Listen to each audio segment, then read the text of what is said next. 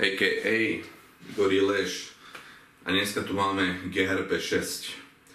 GRP6 peptíd, ako isto viete, taktiež pôsobí na hypofýzu a vlastne podnecuje alebo stimuluje vyplavovanie, je priamym stimulátorom vyplavovania rastového hormónu do organizmu.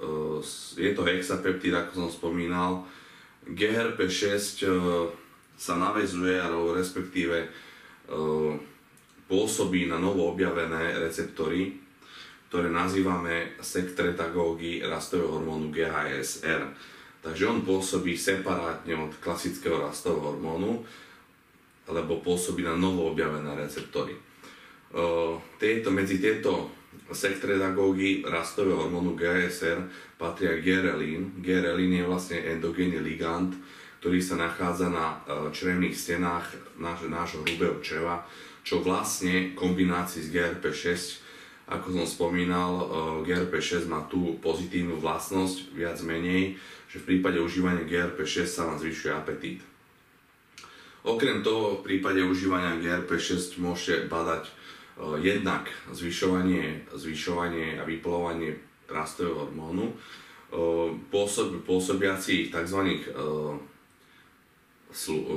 By som povedal slučkách, pretože ako som spomínal, on pôsobí v inej miere alebo iným spôsobom ako klasický rastový hormón, čiže ako náhle začne pôsobiť GRP6, inhibuje vyplavovanie klasického rastového hormónu, tým pádom po vyplavení GRP6 stimuláciou rastového hormónu sa slučka uzavrie a môže pôsobiť aj klasický váš prirodzený rastový hormón.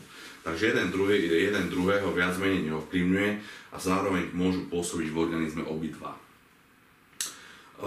Ďalšou výnimočnou vlastnosťou GRP6 je vlastne tým, že pôsobí na hypotalamus alebo predný lalok hypofýzy.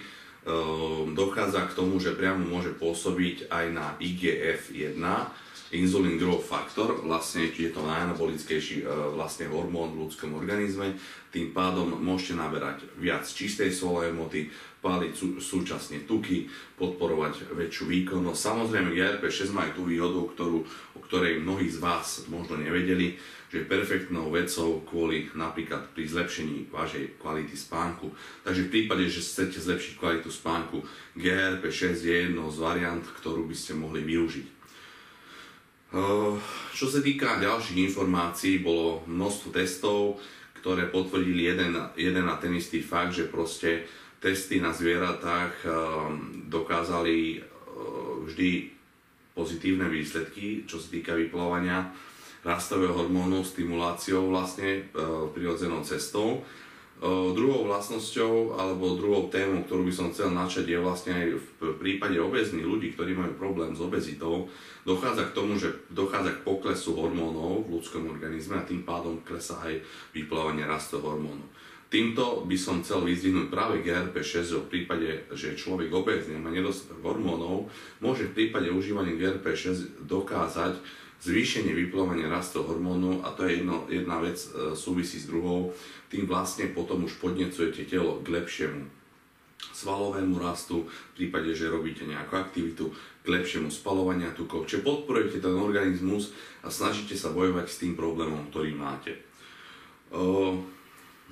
GRP6 pozostáva zo 6 aminokyselín, je to L-alanín, L-histidín, L-tryptofán, D-tryptofán, D-fenylalanín. Takže si to zhrniem, aby som nezabudol ani na jedno. L-lizín, L-alanín, L-tryptofán, D-tryptofán, D-fenylalanín a histidín.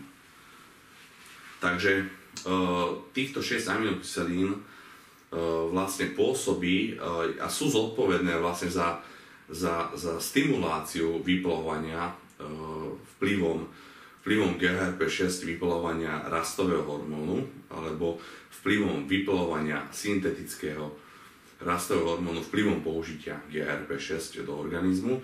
Tým pádom oni sú zodpovedné za to, že tá GRP6 vlastne plní funkciu. Čo sa týka dávkovania, Dávkovanie je štandardne 3x 100 až 200 mikrogramov denne. Tým by som chcel podotknúť, že vlastne zvyšovanie dávkovania neumocňuje efekt užívania GRP6 a nedochádza k zefektívneniu využitia GRP6, urýchlenia výsledkov jedno s druhým. Pri užívaní GRP6 si treba dopriať čas, nič proste nejde zo dňa na deň, ani rím sa nepostáva zo dňa na deň, ani výsledky vplyvom užívania kvalitných peptidov nemôžete očakávať, že proste sa dostavia za noc. Na to treba všetko čas.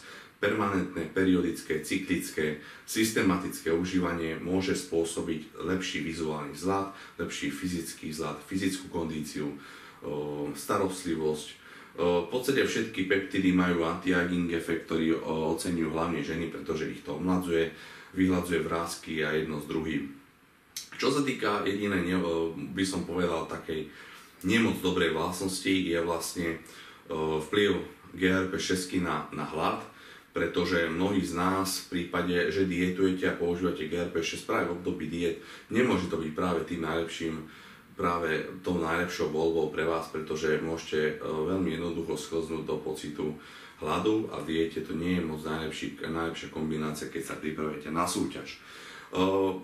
Ďalšou vlastnosťou, ktorú by som chcel vyzdvihnúť, čo sa týka kvázi vedľajších účinkov, s ktorými by ste mali rátať, je užívateľia inzulínu, respektíve inzulínoví diabetici prvého alebo druhého typu, respektíve kulturisti, fitnessáci, fyzici, ale kdokoľvek, kto užíva inzulín v prípade anabolického faktoru alebo využitia živín vo svojom organizme zefektívnenie, by som chcel podotknúť to, že GRP6 ovplyvňuje hladinu inzulínu v značnej miere. Tým pádom si treba uvedomiť jeden fakt, že v prípade, že užívate GRP6, treba rátať s tým, že hodnota inzulínu, ktorú merávate, nemusí byť práve tá, ktorú skutočne to telo má. Čiže keby som to povedal čísla, tak môže vám klesnúť inzulín na dosť kritické hodnoty, ale vy vďaka GRP6 to neodhalíte, pretože tá hodnota bude skreslená a zároveň GRP6 ovplyvňuje hladinu inzulínu. Takže v prípade, že užívate jeden aj druhý peptid, treba si to načasovať tak, aby sa jeden druhého neovplyvňovali. Takže